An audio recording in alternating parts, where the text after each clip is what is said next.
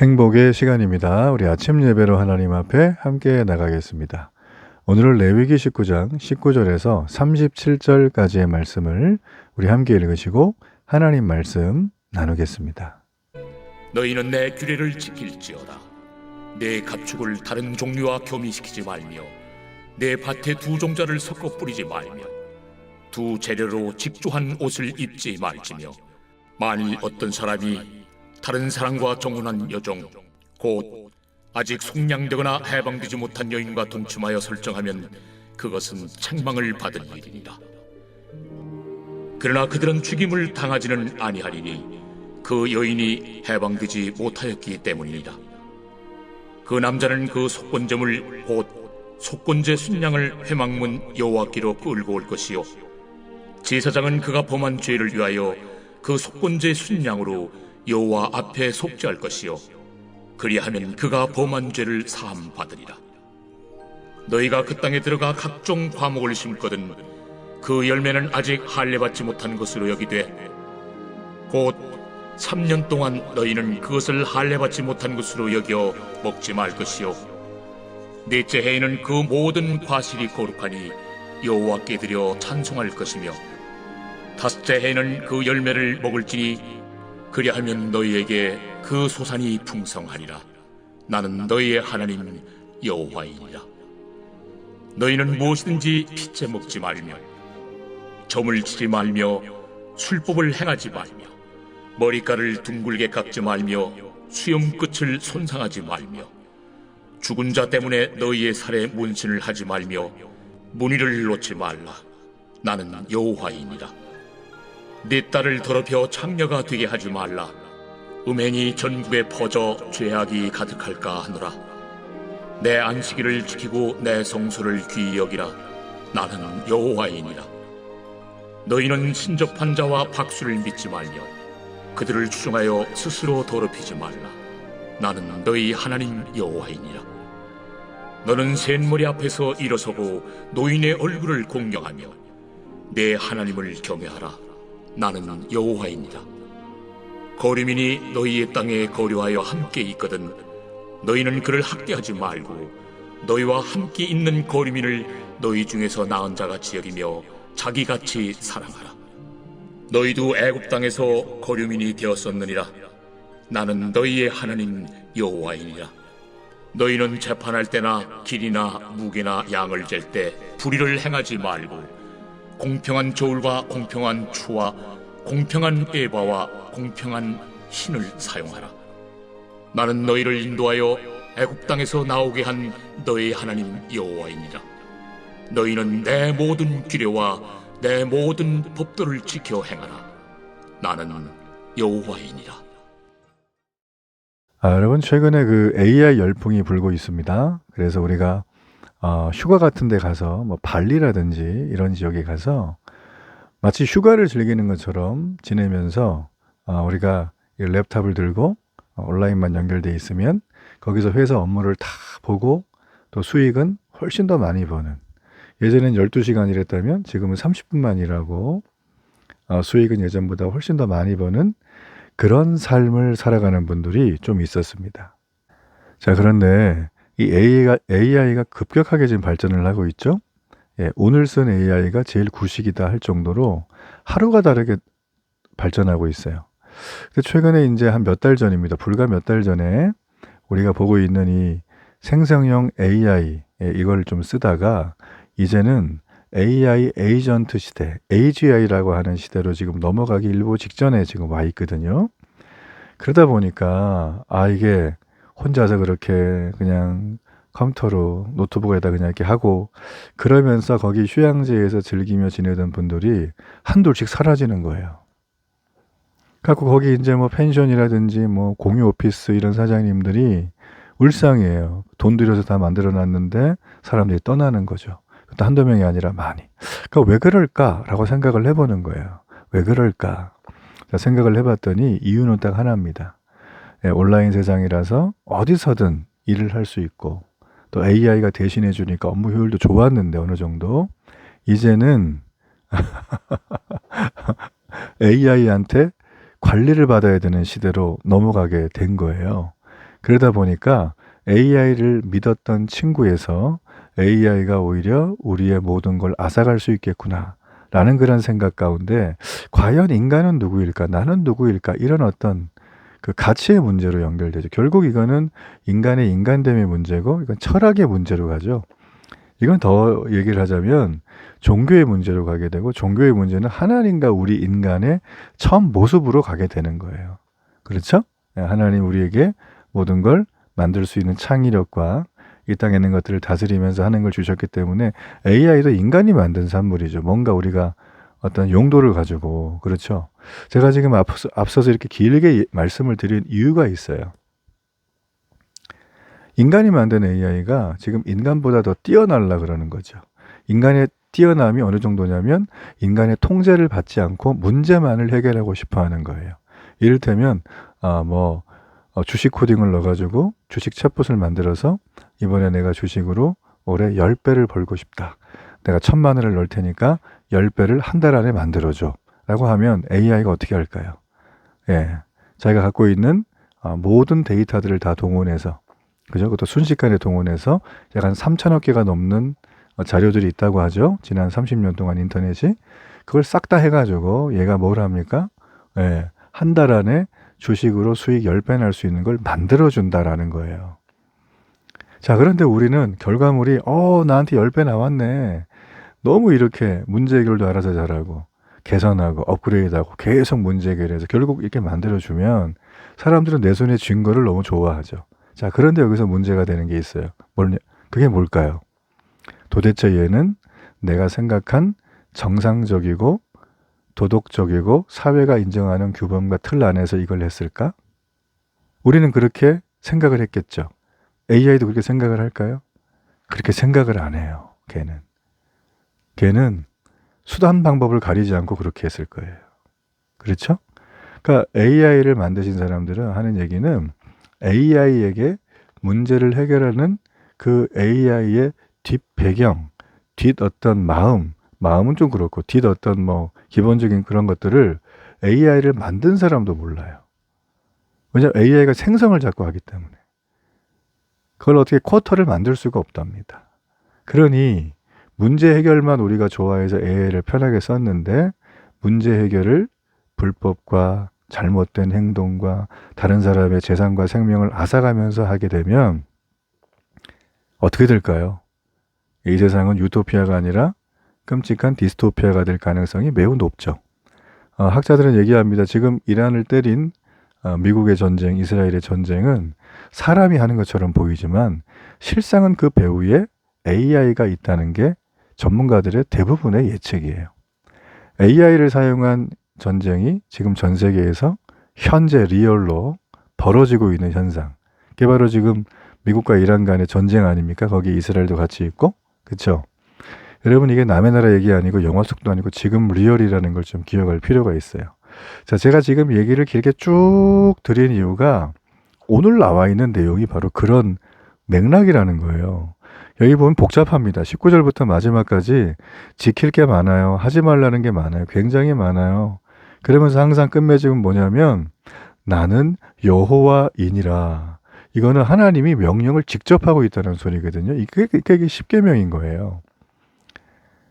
너무 지킬 게 많은데 한번 예를 들면 이런 겁니다. 예를 들어 보자면 우리가 어떤 금속 소재를 만들 때 개발을 했어요. 다른 것보다 100배는 뛰어난 거예요. 근데 거기에 정량대로 딱 내용물을 섞어야 되는데 불순물이 0.1이라도 들어가면 어떻게 될까요? 작은 불순물 때문에 그 소재는 망가지게 되겠죠. 혹여나 나와도 기계에 넣었을 때 기계가 제 성능을 발휘하지 못하고 굉장히 어려움을 당하게 되는 것입니다. 여러분, 하나님이 우리에게 말하신 거룩은 순도 100%의 거룩이에요.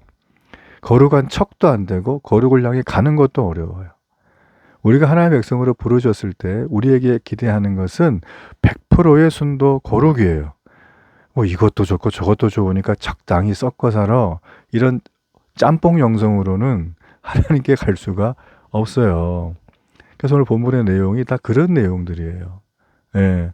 뭐 옷감을 썩지 말라부터 시작을 해가지고 뭐 저울이 눈이 하나인데 속이지 말라 뭐 이런 거부터 해가지고요.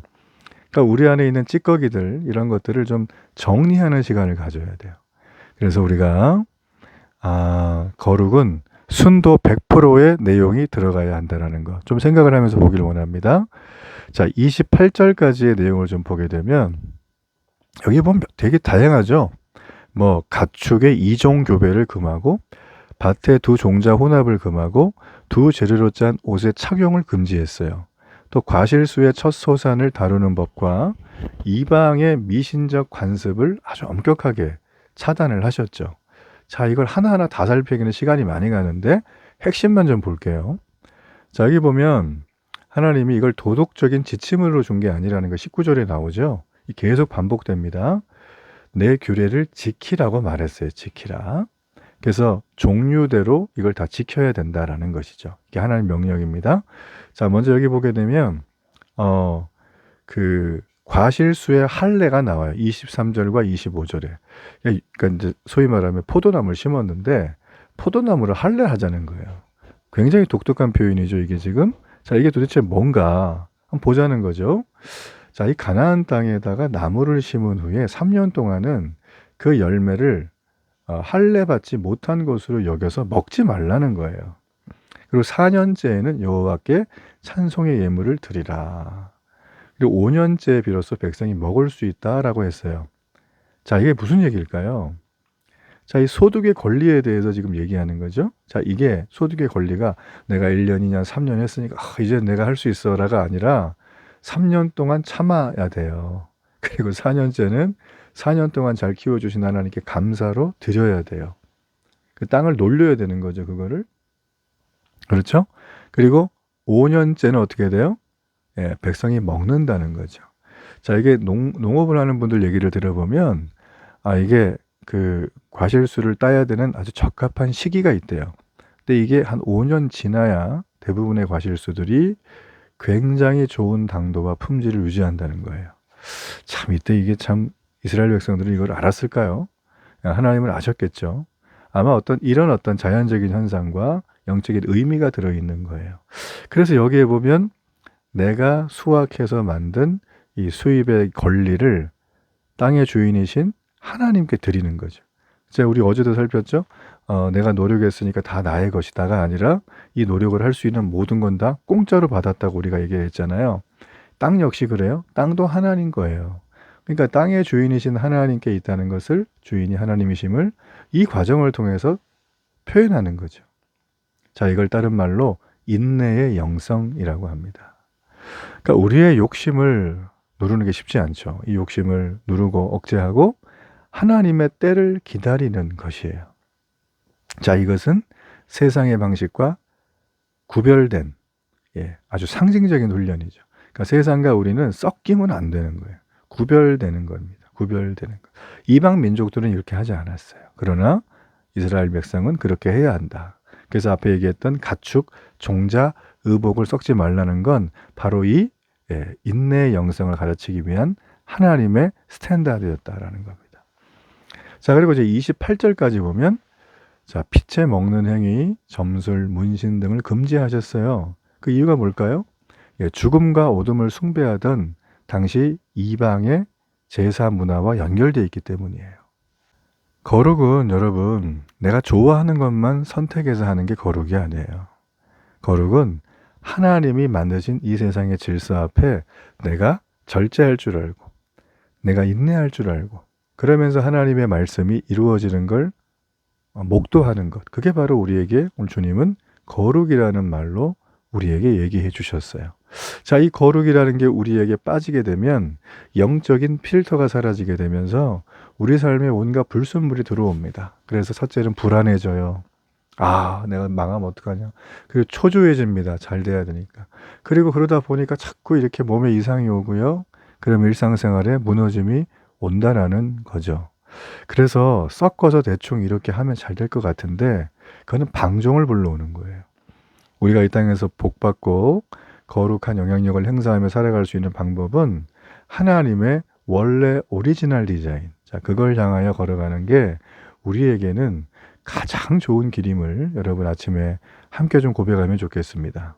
자, 그리고 이제 37절까지의 그 내용이 쭉 나오는데요. 여기 보면 하나님이 가정의 성결을 강조하세요. 그리고 노인 공경, 나그네에 대한 사랑, 또 시장에서의 공정한 상거래를 명하면서 모든 법의 근거가 나의 이름으로 되었다라는 것을 또 얘기를 해주고 계세요. 자, 여기 보면 이제 우리가 32절에 센 머리 앞에서 일어서고 노인의 얼굴을 공경하라는 얘기를 했어요. 자, 이 얘기는 뭘까요? 예, 지금 하나님은 보이지 않지만 이 어르신들은 보이죠. 자, 이분들의 수고와 헌신이 오늘날 우리가 살아가는 이 땅을 만들어 놓았잖아요. 그렇죠? 그래서 우리가 우리에게 보면 어떻게 보면 은인들이에요. 우리에게는 본인의 권위를 넘겨주신 분들이에요. 자, 그런 분들을 통해서 우리가 하나님께 하듯이 공경할 필요가 있다라는 거예요. 그 얘기를 하는 거죠. 그리고 이제 34절까지는 나그네에 대한 사랑인데, 그러면서 하신 얘기가 너희도 옛날에 이집트에서 노예 아니었느냐. 자, 그래서 우리가 여기 이 땅에 이 나그네들을 사랑하는 마음은 과거에 내가 어떤 존재였는지를 기억하는데 아주 기초가 된다는 거죠. 그래서 이스라엘은 나그네를 자신과 같이 사랑하면서 하나님의 긍휼을 세상에 비추는 거울이 되어야 된다는 거. 이 보여준 거죠.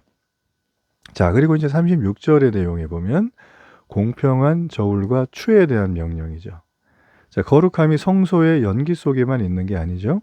시장의 상거래 현장, 내가 직장 다니는 거, 우리가 이 저울에 눈금지듯이 뭔가 이렇게 막 날마다 하잖아요. 서로 간의 이익을 위해서, 그죠?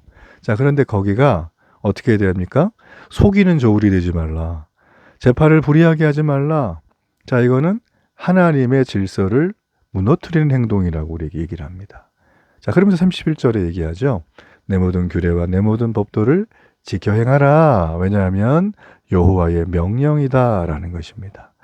자, 우리가 레위기 19장의 말씀을 쭉 살피면서 깨달아진 바가 굉장히 많아요. 모든 우리의 일상은 거룩의 실천 현장이 돼야 된다는 거예요. 이거 하나만 기억하시면 돼요. 우리의 모든 현장이 실천 현장이다. 나의 가정의 모습, 내가 친하게 만나는 사람들, 내 직장에, 내 일터에, 사업장에 또 심지어 교회까지 가서 만나고 하는 그 모든 것들 있죠. 내가 만나는 모든 현장은 그냥 사소한 동네의 어떤 게 아니라 여러분 그것은 내가 드릴 수 있는 가장 완벽하고 위대한 거룩의 발현장이 돼야 되는 거죠.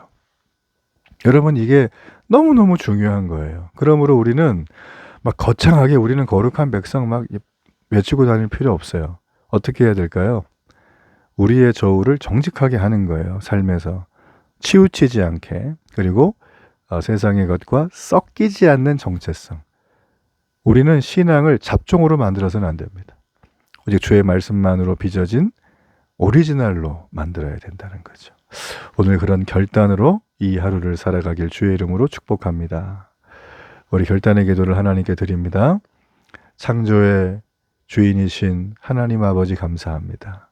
세상의 모든 부정한 가치관과 내 신앙을 적당히 섞어 살며 거룩의 순도를 떨어뜨렸던 지난 날을 회개합니다. 이제 나의 삶에 들어온 온갖 잡다한 불순물을 우리 주의 보혈로 걸러내 주시고 주의 말씀으로 정결한 옷감을 입고 오늘도 주님 드러내며 사는 축복의 하루가 되게 하소서. 예수님 이름으로 기도합니다. 아멘.